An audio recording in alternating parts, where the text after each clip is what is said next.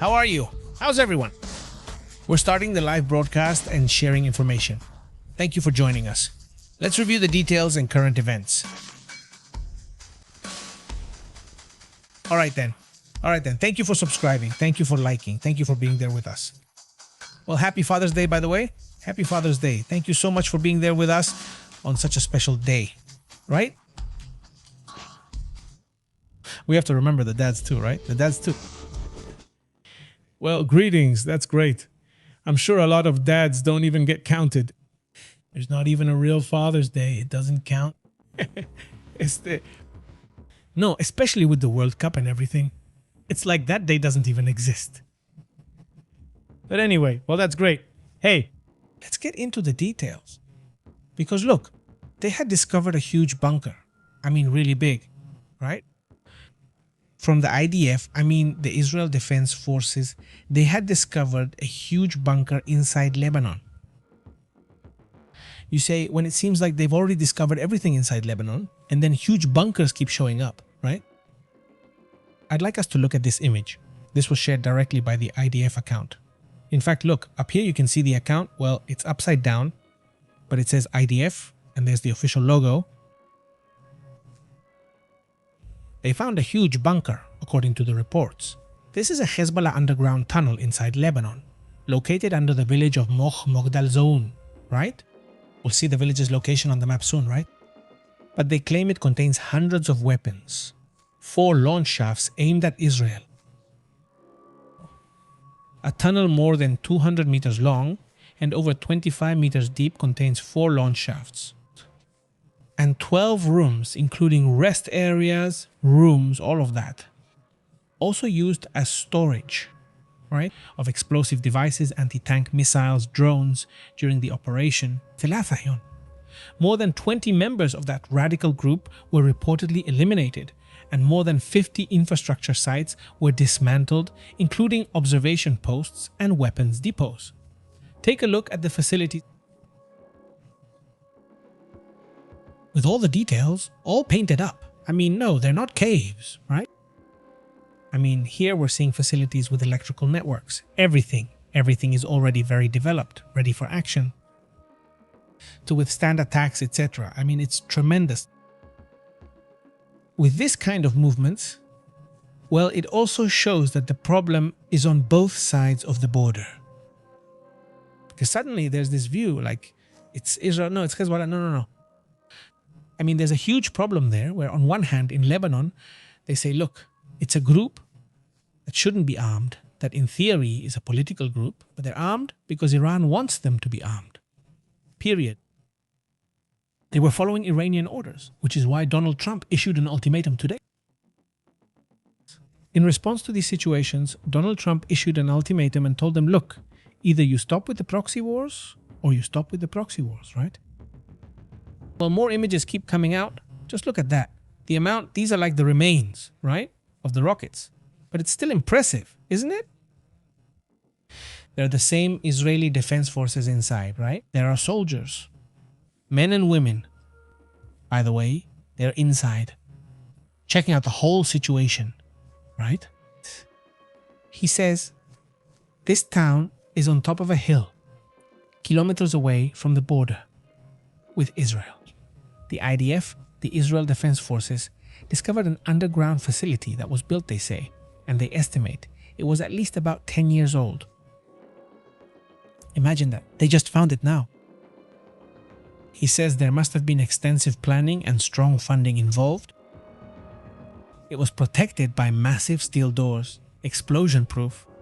The tunnel extends for hundreds of meters into the mountain at depths of up to 29 meters. This approaches and goes down to a mosque. The passage was wide enough for even a standard vehicle to enter. Just imagine. There was everything there. There were smuggled materials. There were propaganda materials from this radical group. The place was seen like this during a media tour organized by the IDF itself, right? And they show some of these images where you see hallways and rooms and all sorts of things, right? There it is. That's a bit of the issue. how this situation looks, let's say. We'll see the reactions in a moment, right? Today we have the reactions. But you know, there's another topic. There's another topic that also catches my attention before we continue with other things, which is the following. Look, this image is distributed or shared by the UK MTO, well, this organization, right? Maritime for operations in that area of the United Kingdom. That's why it's UK, right? And according to what they show, I mean, according to what is known in that area of the yellow box that you are seeing, right? There off the coast of Yemen, again, what happened last week is happening again. A product tanker, 50 nautical miles southwest of Al-Shirir in Yemen. It was boarded by a boat carrying 5 armed individuals who tried to get on board, according to what this organization says. The vessel performed evasive maneuvers and changed course, moving away from the area, right? I mean, they try to board ships in that area. That place is becoming unsafe. It's not clear if it's the Houthis or some other group, but there's starting to be pressure against some ships in that area. So be careful with that issue because things are getting intense there too.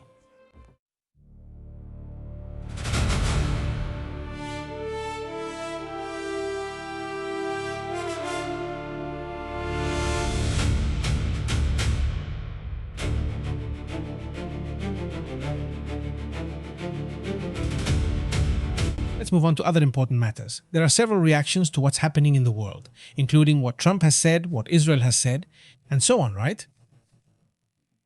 Israel's conditions, which they've already set, their own, I mean, everyone is setting their own conditions, right? Israel set theirs, and what Israel is asking for is the following. We have to go to the map for 2 reasons. First, to see where this operation took place. What I was telling you about the bunker in this village called Magdal Sol. Remember, I told you we were going to look at the map. Well, let's look at it, right? Let's see if we can find it to begin with, right? Even though we're here live, we like to check the map a bit and try to find the places we're talking about, right? Look, this is Lebanon. There it is. See? This is the area, right? There it is. We're going to zoom out a little. That's the border. Let's put a clearer map with clearer borders. There it is. And if we measure the distance, let's measure the distance from there to the border, right? Israel. Well, it would be 7.1 kilometers. That's what you can walk in a day. I mean, it's very easy. It's a very short distance. And from there, a bunker of that level, of that size. And look, it's been years since this started, since Israel began advancing toward Lebanon, attacking Hezbollah and all that. I mean, how many years has it been already?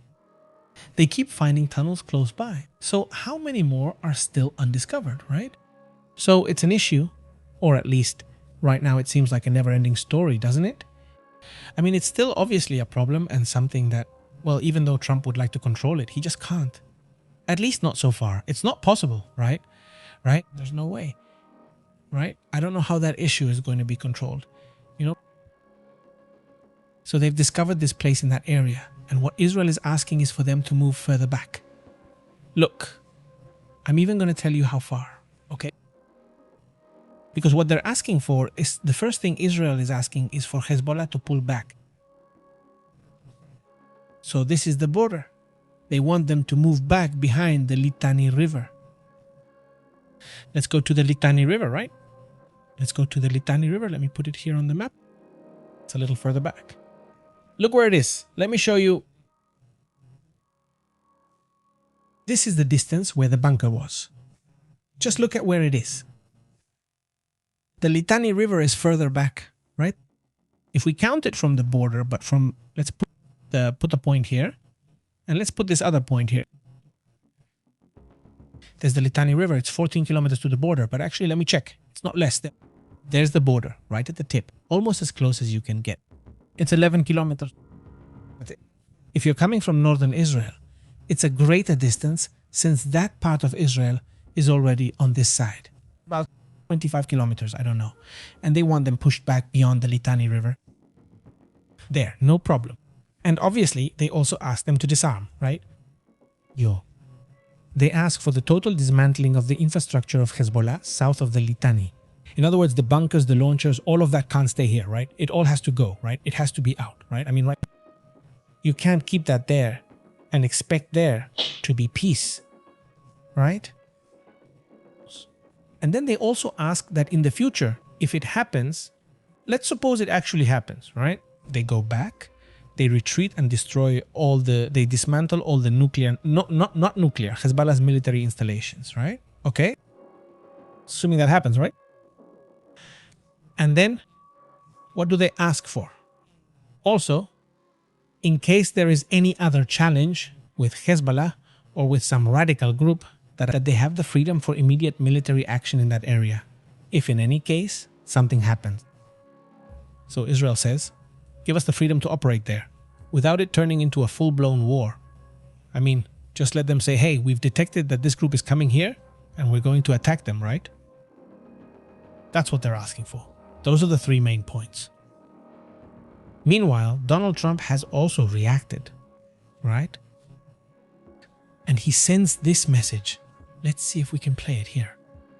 It's this message, right? There it is. Let's read the message and then we'll go into detail. Let's see. Trump says, Iran must immediately stop its highly paid proxies in Lebanon so that they stop causing problems. If they don't, we will hit Iran very hard again, just like we did last week, only harder. And that's signed President Donald Trump, right? There it is. Only harder, right? I mean, just stronger, right? President Donald Trump, that's the message Donald Trump is giving today in this situation, right? So it's a twist. It's a twist right in the middle of negotiations over there in the east, in Switzerland, right? Amid the activity they're talking. I don't know about what, when an announcement is made. Let's go to the next key points.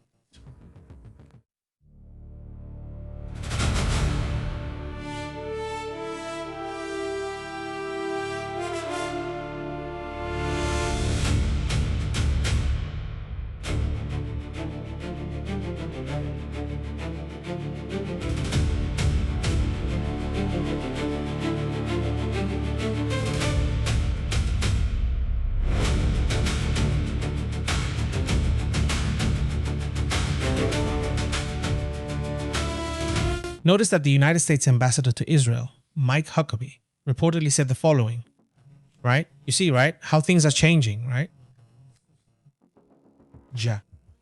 He says, there's no world leader that Trump talks to more than Netanyahu.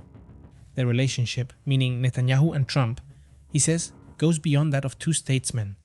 It's deeply personal.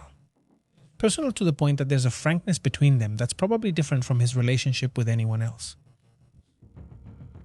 This is what the United States ambassador to Israel says. And he says it in a very, very clear context. Suddenly, it seemed like Trump was already betraying Israel. And he probably was, but he realized it. Iran is acting independently and ignoring the agreement. And by going back to Israel again, saying, no, we're friends, we're buddies, there's no problem. There were just some disagreements, but we're not fighting, right? At least that's the feeling I get. We were just talking about it, Estrella and I, and we were saying, well, it seems more like he wants to go back to the friendship he had, right? Basically, right?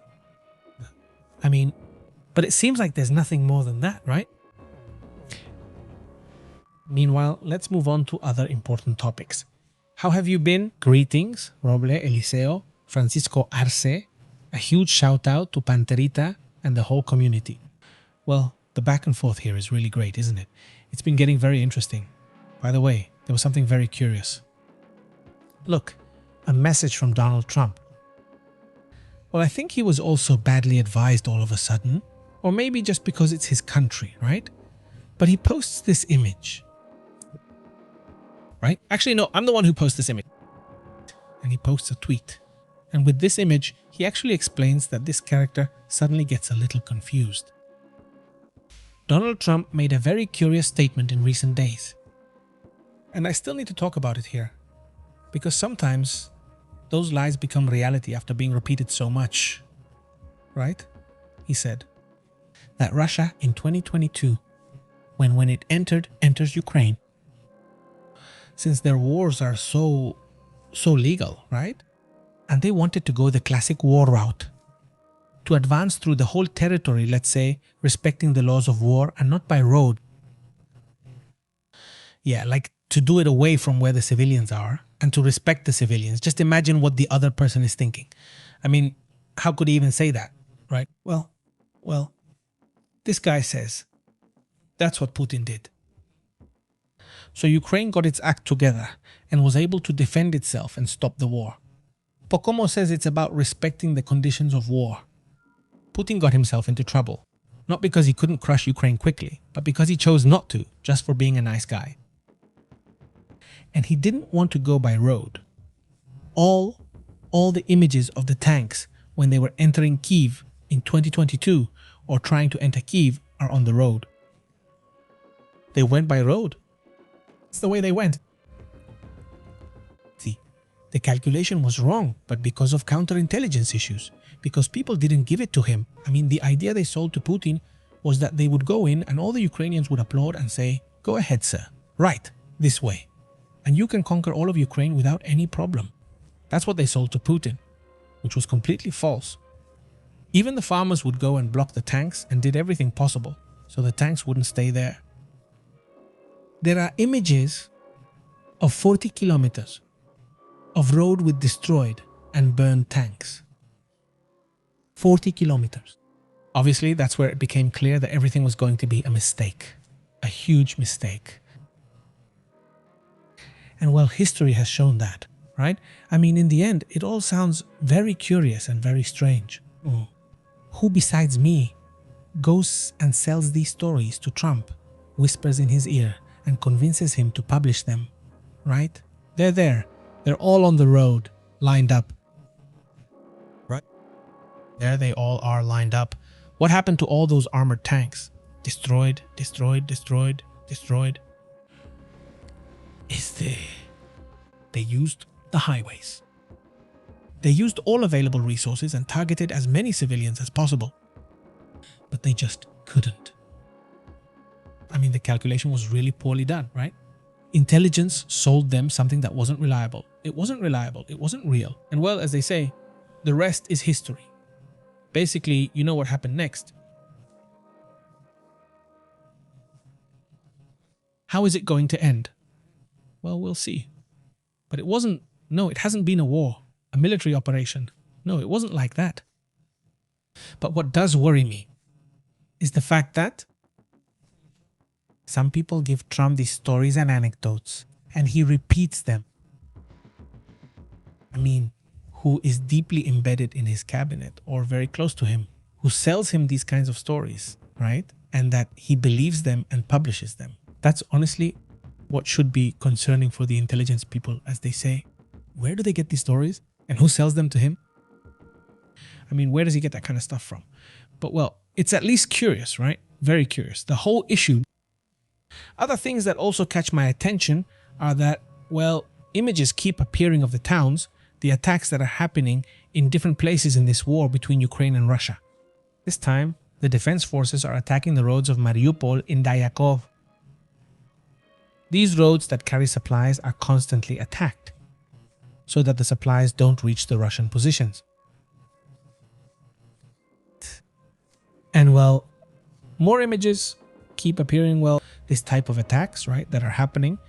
And currently there are around 600 cars near the bridge. This is a bridge that was attacked. It says long lines have formed at the exit of Crimea on the bridge, which is because, well, that whole area has been under attack. There is an oil depot in Kerch, right at the bridge where the Kerch bridge is, and it's currently on fire. I mean, the attacks on the Kerch area started last night. It's a key bridge. We have to remember that this bridge was built after Crimea was invaded, and then the bridge was constructed. It's a huge bridge that connects Russia with the occupied area of Crimea.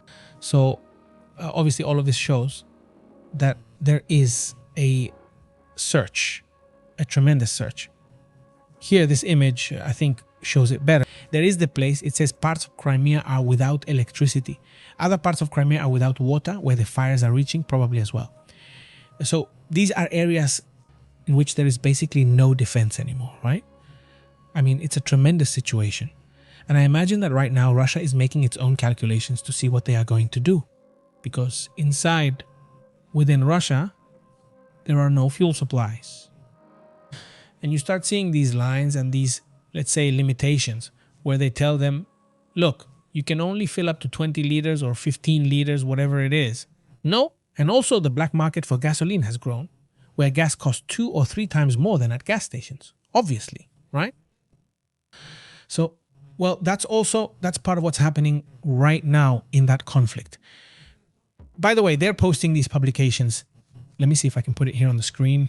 But they're sharing these posts through these channels. This is a blogger. Someone is retweeting what this Russian blogger says, right? Who is a military blogger. Incredible. Crimea says the following is going to be a settling of scores, right? There's no electricity, no water, no fuel. He says it's not even about cracks showing anymore. He says it's collapsing. Well, that's part of the comments that are being made in that sense, right? And well, more images keep appearing. More images this time. It's in Crimea. An explosion in Crimea. Someone watching from their apartment. This is a storage facility in occupied Crimea being attacked, well, by drones. The most interesting thing is that, for example, the attacks that happened the other last week, which were massive, they keep saying that they even know how many deaths there were on the Russian side. I mean, civilians as reported by them because they provide their own numbers, right? 16 injured, 0 dead. What I mean is that, well, one thing is attacking facilities, which obviously causes you a problem, but you're not hitting civilian buildings. The injuries happen precisely when there are defense systems, they attack and the debris falls. And well, yes, it can happen. And there have been civilian deaths, obviously, and it can happen. But it's not, let's say, the large numbers that can suddenly happen when apartment buildings, schools, etc. are attacked, right? Which is an issue that people keep asking not to do. In other words, if there is an attack, it should be on military or related infrastructure, not on, let's say, electrical infrastructure. Which is something that, well, Ukraine has basically said since the first 2 months of this year that if things continue like this, they would also start attacking. Now, it's really an eye for an eye with the electrical systems, right? Not targeting civilians either, but yes, targeting the electrical systems. Well, let's see what happens, right?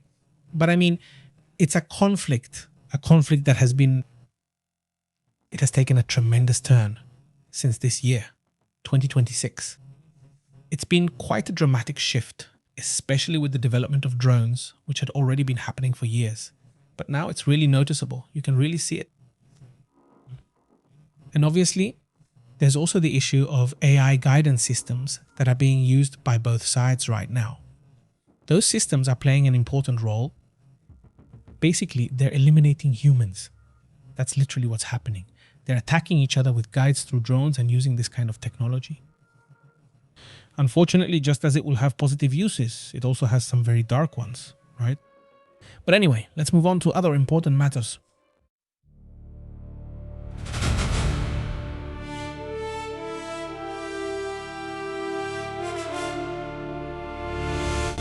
Neri Salazar, and to everyone in the community who is joining us. Well, I was asking in the previous broadcast, who here are parents? There probably aren't many since nobody raised their hand. Aren't I the oldest one here? In any case, I invited myself. I don't know about this. Neri, how is he? Sending greetings all the way here. Maybe it's just like how you both are over there. Always. Yeah, I don't know why. I just forget that Galveston has a beach, right? I mean, for example, there. And how's the beach? I mean, I don't know. To go out for a walk on the beach or something, right? Go to a, what's it called? A jet ski over there to have some fun for a while or something like that. I don't know, rent one, right? Or something like. How possible is it, Adilson? How have you been? Hello. Garman. And surfing, those who like to surf. Garman says Trump's friend is in trouble, says Roble. How has Roble been? Very good. And what's new, Eliseo? Yes, but they're demolishing everything, says Eliseo. How are you, Eliseo? Jose Mitucayo says good afternoon. Thank you. Thank you very much to you too. How have you been, Sandra? Also a big greeting. Sandra Juarez. How have you been? He says, are you supporting Iran? Are you supporting the Ayatollah's regime? Or go Iran? Just because it's Iran, you support the Ayatollah's regime and a democratic Iran emerges. Either you or you, if you believe in God, supreme leader, and at that level of dictators and such things. If you like that, I ask, everyone has their own guacuanejo. And if the money from Galveston is nice at the beach, but the beach in Galveston is nice and it's wide, says guacuanejo. How interesting. Guacuanejo. Oh, you know, the only beach I know in Texas is South Padre Island, right? It's been a long time since I visited. I haven't had the chance to see other places in Houston. I've only been to the airport, but never actually stayed in Houston. I don't want to just be there. I want to go and see, maybe a rocket launch, or I don't know. That would be awesome. You know what? It would be great to see if we could make it possible to go to next year's launch, to see if anyone's up for it. And we go over there. All of us there, on a bus. We rent a bus, do something, go to the launch that's going to the moon next year. I mean, wouldn't it be interesting? Honestly, I really would. I'd be up for a little trip, you know, to plan it out like that, right? Because in the end, it's something historic, right? I mean, not many people can say, I saw the rocket that went to the moon in 1900. Well, not 1900. Well, you would say it in 2027. I saw the rocket that went to the moon, right? I don't know. That sounds more interesting to me. I would really like to do it. This is in Florida 2027. This place is called Cape Canaveral. It's really about planning the little trip or something like that. We can organize a bus or take a plane, whatever. I don't know. Let's see if people are up for it. I know there's a big community here that's in Mexico and in the United States. We can organize and plan it. I think that's how it works out. No, I think going out and experiencing the moment, broadcasting it, right? Obviously, it would be incredible for me. Let's see if we can put this together, right? Let's see if we can make it happen. That would be great. Sends greetings to Juas. How have you been? Very good. Boston, Massachusetts. All those people defend voters, but they live in the US and Europe, showing a few double standards. Greetings from Boston, Massachusetts. I think they're just being contrary. I mean, because they don't stop to think about the standard of living of the citizens of that country, right? And, well, it's just that sometimes it's like, oh, we can only be here. He says there's not much difference. All of them are the same already. No, don't tell me that. Don't tell me that, right? No, let's try to analyze this a little, okay? Don't look at me, it's the same. Don't look at me, it's the same. I mean, I understand that you really don't like him, and I get it perfectly because Netanyahu is a disgrace, whatever you want, but don't tell me. It's the same. No, let's not fall for that, really. There is a huge difference. A huge difference. You're not going to see Netanyahu eliminating 30,000, 40,000, 60,000 people from his own population. You're not going to see it. You're not going to see that. That's something that goes to another level. This isn't it. They say, let's see if he's right. You're absolutely right. Pepe says you have to read the whole context, but it's just that Israel says they live in a democracy. My friends who live there don't think the same. You're right about how people live. Yes, people live in a democracy. That's it. I mean, democracy isn't perfect. And unfortunately, it's a democracy that's rigged. Rigged in favor of whom? Who? Rigged in favor of the politicians. This is what's happening, for example, right now in the United States, and what's happening in Mexico, and what's happening in many countries. Or they're democracies where a group of people take power and don't let it go, right? And this can happen, and it is happening, which is what happens in many countries. In the case of the Israelis who are more, let's say, open to not having war, are leaving. They're leaving. So who is staying? The Orthodox are staying, the groups are staying, the more conservative ones, those are the ones who are staying, right? And they stay. And unfortunately, if this keeps going like this and keeps advancing like this, it's going to be a problem. Because there's going to be tremendous polarization. And at some point, yes, in my view, they run the risk of losing that democracy. Right now, it's still like Turkey, right? Turkey is also one step away from that, right? And I would say, well, in detail, and I know that's where I compare them more. in detail. And this Erdogan, from my point of view, I don't know what you think, because they are figures who are within democracy accelerating autocracy, right? I mean, they are autocrats as individuals. Yes, they are autocrats, but they are within a system that still defends some democratic things and certain democratic values that they violate. Yes, they violate them. No. Attacking other populations, invading the Kurds in the case of Turkey, and the Palestinians in the case of Israel. And it's unfortunate, but then you have these other characters, other unacceptable ones like the Ayatollahs, who go even further. Well, yes. You're right in the sense that democracy is being lost and could be lost. I don't think they're at that level, but they are, let's say, on the way there. And the demographic issue. Imagine you're from there and you say, hey, what's happening to these people is unfair. Like a pacifist party has already emerged. By the way, within Israel, the thing is how many people they're going to have. I mean, how many people are going to support them, right? And here we also get messages from Israel, Hispanics, Israelis, and they tell us exactly what you're telling me. I mean, they say, we don't want Netanyahu, right? I mean, and we want to change, right? And if they don't agree with Iran, they also don't agree with how they operated in Palestine. I mean, that's why I'm really surprised by Hispanics who defend what Netanyahu does when you say, go talk to the Israelis, go talk to the Hispanic Israelis, the people who actually live there. And they think very differently from Netanyahu and very differently. But the problem is that, well, that doesn't happen here. Certain groups sell them, especially certain types of ultra-Christian religion. There's all kinds who sell them the idea that, no, what they're doing isn't right. It's not okay. And those are the ones you usually see defending that kind of thing. So, I mean, those attacks on areas, well, in different surrounding areas, right? Regardless, it's obviously understandable that a country can defend itself from any terrorist attack. That's perfectly fine.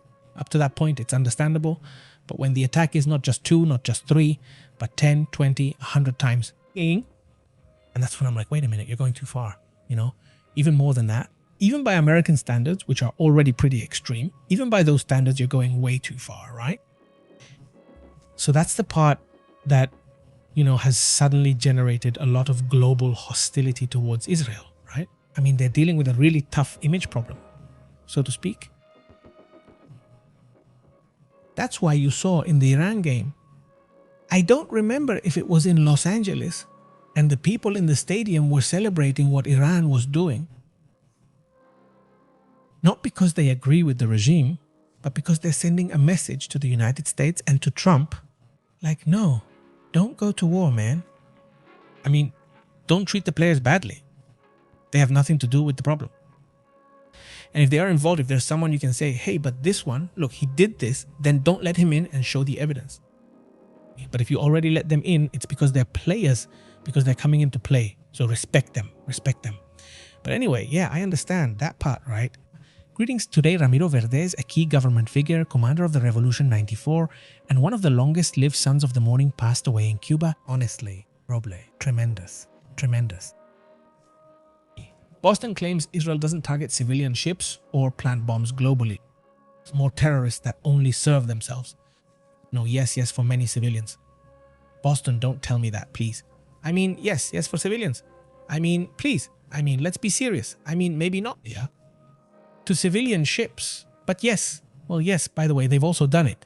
But I'm telling you, to civilian buildings, there's plenty of evidence. Well, in fact, most of those who have died on the Palestinian side have been civilian. And that is fully documented. Not allowing the press in there is also terribly wrong. Because look, why do you think they won't allow the press to go in? Why do you think? It's not out of goodwill. They want to hide what's happening. You can't limit the press by saying that inside here you can do whatever you want. But in that war, you can't go in. No, I don't think they shouldn't go in. They have to be there. Because what's happening needs to be reported and documented, right? And that's what they do, right? But it's done in secret with risk. How many journalists have died due to Israeli attacks? How many hospitals? I mean, that's very well documented. There's no doubt about that. In fact, 2,000 Israelis protested because of that. We have to remember that, right? That and the corruption, right? So yes, I mean, this has been excessive, right? That's very clear. Even Trump himself has said it. And he's a pretty tough character, right? I mean, even he has said it, that they've gone way overboard. No, I mean, there's no doubt about that. Garman doesn't say how the power has been. Anna Hughes, very good. This one says, greetings. How have you been? Isa. And that's it. Muy buenas. It says, if new and modern Judaism is on its way, how it makes a clear promise and oath given the circumstances. I didn't understand it. It's more like a comment above. It doesn't say Cuba removed a revolutionary, as Adilson said. Greetings, Adilson. Well done. Who else is out there? Well, to the whole community. Thank you so much, Adilson. Hi, stranger. How have you been? Stranger? No, Patri. Hello, Penautas. How have you been? Greetings. Congratulations to all the dads. Congratulations to all the dads. Again, it says how they repress their own people who don't think the same. It says how they repress. Okay, are you asking or stating how it was for me? This greeting says that Herman says his dad and grandfather decided. Herman says, wow, Herman, that's great. That's great. Congratulations. Congratulations. That's awesome. He says, greetings. He says, Boston. He says, if civilian buildings have terrorists inside and only one country warns first, though all countries do, except in Palestine, they don't. Boston, they only do it there, not in Palestine. Nainaibo, I deleted your comment but can still read it. He says he'll read it all. He claims if terrorists hide in civilian buildings, only one country warns before bombing so civilians can leave. Civilians still die, but they don't target them. If it's done, Boston, excuse me, but it's done. I mean, Lebanon was different. I admit that to you. Lebanon was different. And there they did give warnings ahead of time when they were going to bomb, even with civilians, which they shouldn't bomb anyway, whether they warn or not. You can't do it in civilian areas, period. You just can't. Right? Whether you warn or not, if it's civilian, you don't touch it. That's the bottom line. Okay, but I admit that they gave warnings in Lebanon, not in Palestine. In Palestine, they just showed up and went bang, bang, bang. Checklist. Identify main points, remove repetition, condense phrasing, keep speaker's tone, ensure clarity. You can't attack a civilian area because not everyone will get the message or be able to leave. It can't and shouldn't be done, right? All the big trouble that Trump and the Pentagon are in because of what happened at the school in Iran. At a school in Iran, right? By the way, because of an artificial intelligence error, the artificial intelligence wasn't updated and marked it as a target. Now we know, right? How it happened. I mean, in the case of Iran, the artificial intelligence said, no, that whole complex belongs to the Revolutionary Guard. Attack everything. They attack. Then they update the map and say, no, but this is a school.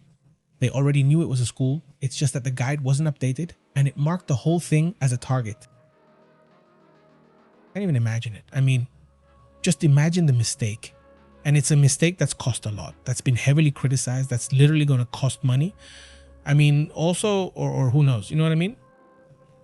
Obviously, no. This doesn't bring life back, but it's one of the few countries that actually responds financially in that sense. They rarely do it, and it takes a long time. Sometimes it even takes years, but it happens. Because it even happens with Afghans, and however slow it may be. But it does happen. In the case of Israel, well, it doesn't happen, and even less so with Palestinians. No, it doesn't happen. I mean, before the war started, there were things you could see. Let's go with a human touch, with a human approach. He said certain water issues and topics were moving from Israel to Palestine, with Palestinians doing some positive things. Certain topics are circulating. Not right now. Well, right now I suppose some of the water and all that has come back a little, but we see that they restrict you when you want to do things, those kinds of things that shouldn't happen. It's not a very, very harsh division. They say the terrorists have already been in humanitarian zones shooting at Israel. Hospitals. Of course, I'm not justifying them targeting civilians. Yes, just imagine. I mean, like I've said many times. No, let's say someone walks in. A crazy unarmed guy enters a bank. And he grabs a bunch of people there, keeps them there. What do people do? You can't just bomb the bank to get rid of that person and take out all the civilians. That's what's being done. Right? It's just that he went into a bank and, well, he was a thief. I had to bomb everything because that way I got rid of that crazy guy in there. No, you can't do that, right? You negotiate, you look for a way to get him out of there with intelligence, with a sniper to make sure there won't be any problems with the others, blah, blah. But you make sure not to affect civilians, right? You do everything you can until the last moment, correct? Those things, right? You can't work. Anyway, he sends greetings. Given that Gaza has 500 kilometers of tunnels, how could civilians not use them for shelter during bombings, asks Maribel. How has Maribel been greetings? He says, no, of course. He says, that's wrong. He says, that's wrong. It's true. And greetings, Boston, how have you been? He says, I mean, and the point is that the thing is not, it's not changing. I mean, it doesn't change in the sense that there's too much hatred. That's why for me, it was refreshing that there was a party. I don't know their political views or anything. I mean, I'm not saying it's good or bad, but at least it gives hope that there's a party that says, hey, look, we don't want war. We want to be pacifists, right? A party offers that in Israel. Let's see what happens. And let's see what comes out of it to create a long-term condition for peace, right? Because right now it's extremely difficult. I'll be back in a bit because this is interesting. It's intense, but also, well, it's the weekend Father's Day. So, well, obviously I'm off. I'm just going to spend a little time with my family and later we'll be back with more updates, with more reports about what's happening in the world. Thank you so much for joining us. I love being able to talk with you and to have a conversation, to debate a little. It's nice, it's good. And well, that's it, right? In the end, everyone has their own point of view and we all learn from each other and try to grow a little. Hugs, take care. See you later. Goodbye.